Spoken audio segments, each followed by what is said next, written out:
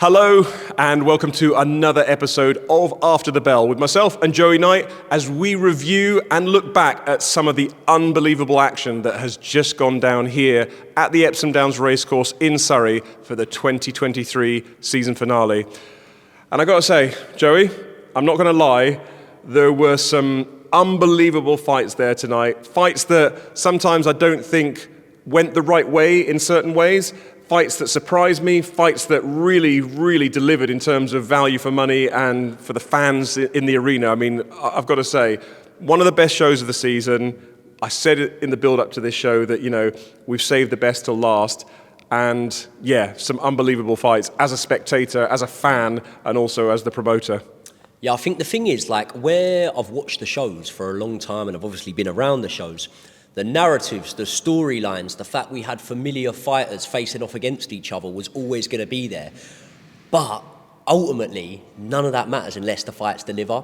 And from a sort of boxing purist point of view, the fights deliver big time. We actually didn't see as many stoppages in the main title fights as we usually see. But for me, that's more bang for my buck when it comes to in terms of how much enjoyment I was able to get from it. So I thought all the fights were really good tonight. There wasn't one that I could say disappointed from the sort of hype around it going in. That's always the thing, isn't it? That you put these fights on, you look at them on paper, you look at the fighters' previous performances and you say, oh, that's going to be a cracker. Sometimes they deliver and sometimes they don't. But tonight, I think looking across the card as a whole, and we'll cover three of the main sort of the big title fights and touch on a few others. I think the Raman versus Hassan Mohammed fight that had been talked about, had been debated. Everybody had an opinion on this, and like you said, it could have been a changing of the guard moment, or was Raman just going to be too tough, too experienced, too heavy-handed?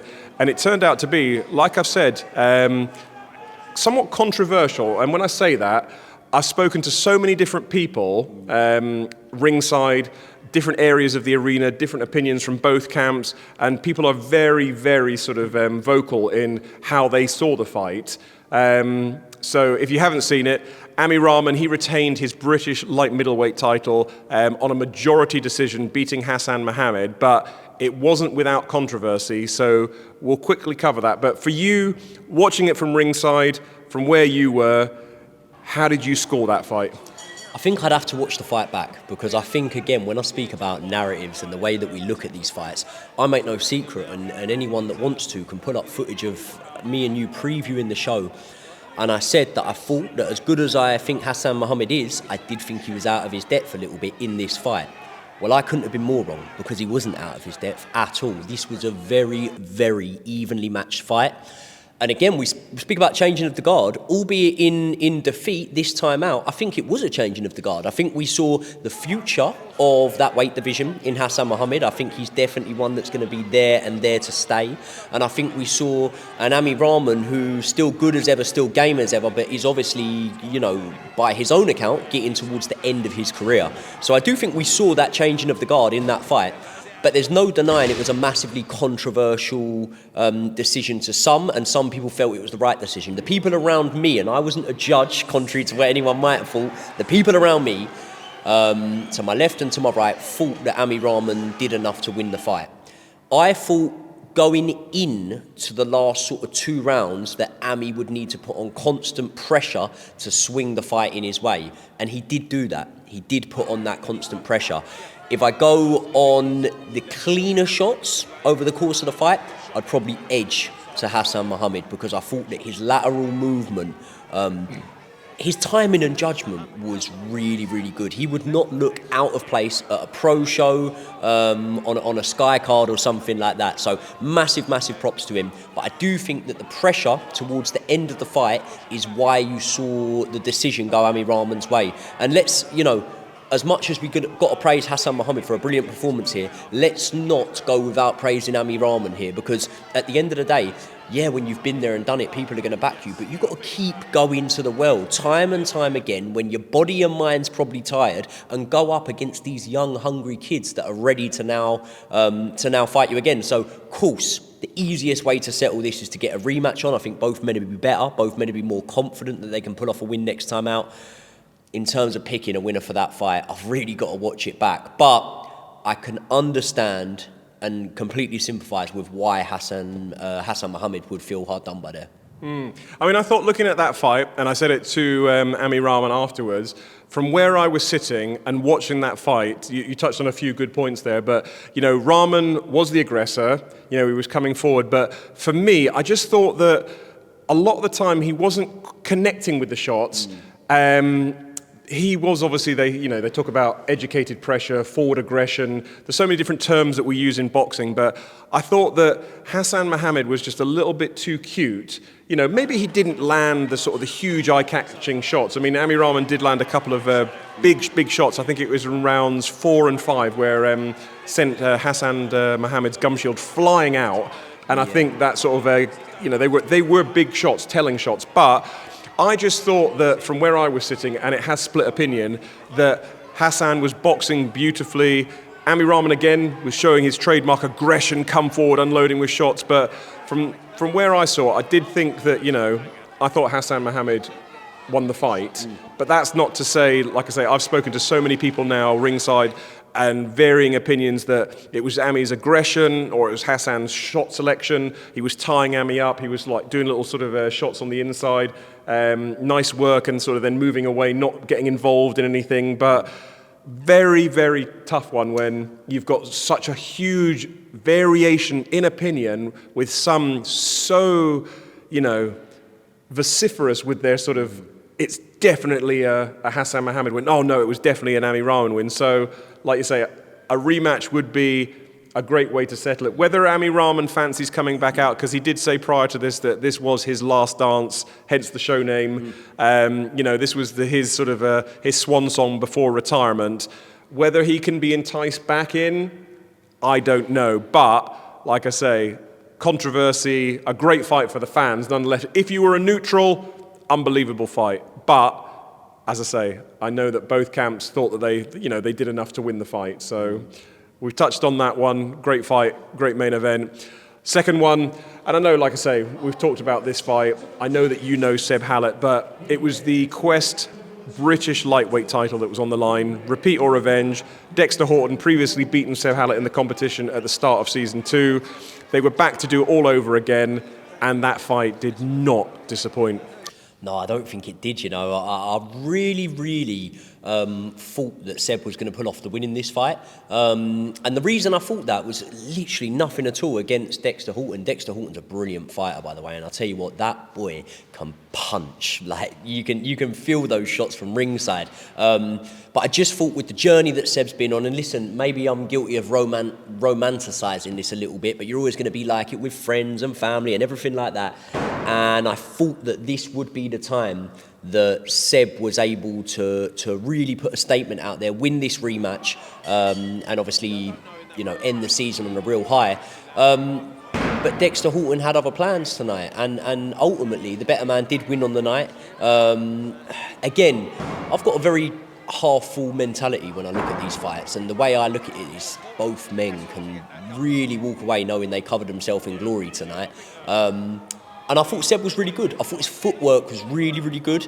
But I think that although it's easy from people on the outside to maybe look at fights and go, you needed to do a little bit more, maybe your opponent doesn't allow you to do that little bit more. And maybe you're in there with an opponent where it's very easy to say, you need to commit a little bit more, but it's like, I'm the one taking the punches here, and I'm the one knowing that this boy can bang. And that is one thing that will always stop the accumulation of punches thrown towards Dexter and buy him the time to be able to think about what he's doing, is the fact that his opponents know he's got power in both hands, and more often than not, he'll use it.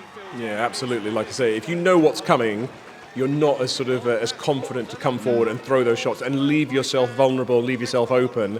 And I think, you make a good point there that, Dexter Horton's power is something to behold. Everybody says it, from sparring partners to previous opponents. And I think, like you say, Seb Hallet boxed really, really well in the fight. I just think, again, the thing that turned the fight was the power. And I think congratulations to Dexter Horton. I think that Seb Hallet, still plenty of great fights for him out there in the competition. But, for now, Dexter Horton, he returns to the top of the division. He is the British lightweight champion, and a fantastic performance. there's so many fights, it's hard, isn't it? After you come away from the show, you're there thinking, well, that fight was good and that fight, but what about that fight? Because there were 18 fights on tonight's card, so we're not going to be able to cover anywhere near, even to scratch the surface with how many good fights there were.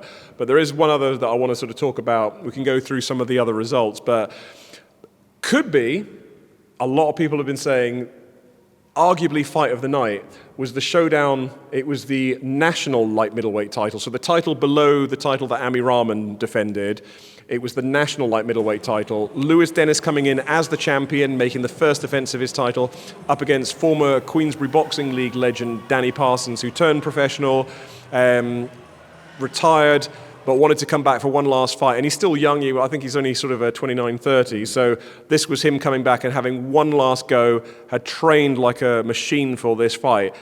And as good as Lewis Dennis was, it was a fantastic performance to retain the title. Hats off to Danny Parsons for making that fight what it was, an unbelievable, fan-friendly sort of spectacle.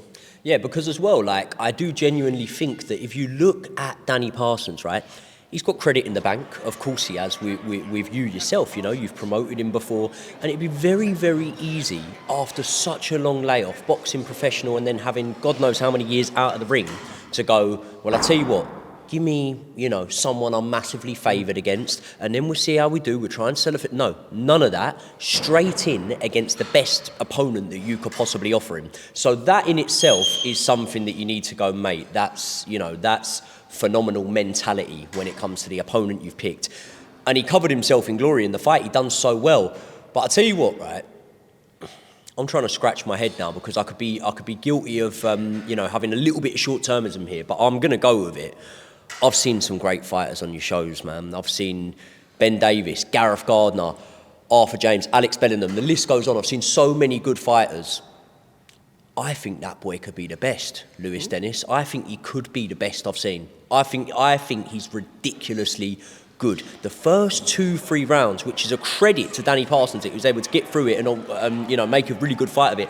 First 2-3 rounds, mate. Everything he threw. He didn't waste one single shot. Everything he threw was on point. It was spiteful. And even the shots that didn't land were still the right shots to throw. So I think the sky's the limit when it comes to Lewis Dennis. We saw him in his debut, looked really impressive. Again, you give more credit to that opponent now, seeing the early success that opponent had against him. The guy's name slips my mind, but Dan the Hammer Jackson. Dan the Hammer Jackson. You saw how Dan the Hammer Jackson did really well early on against Lewis Dennis, and then he flipped the fight on his head. And you look at an ex-professional who, to anyone that doesn't understand this, this isn't a guy that boxed pro as a journeyman and on-the-road fighter type thing. This was a guy who was a talented pro and has obviously came away from it and is coming back, let's be honest, for one reason and one reason only, and that's the hunger for the sport. You know, he's not coming back for money, for notoriety. He's coming back because he wants to do it and he wants to do it at a good level. So for Lewis Dennis to not only come through that, but to come through that being able to impress me, you, and everyone else around the ring the way he did, I think you can only look at it and go, that boy's future is massive. Oh, absolutely. I mean, he does so many things so well, like you say, doesn't waste any shots, on his toes, in and out of range.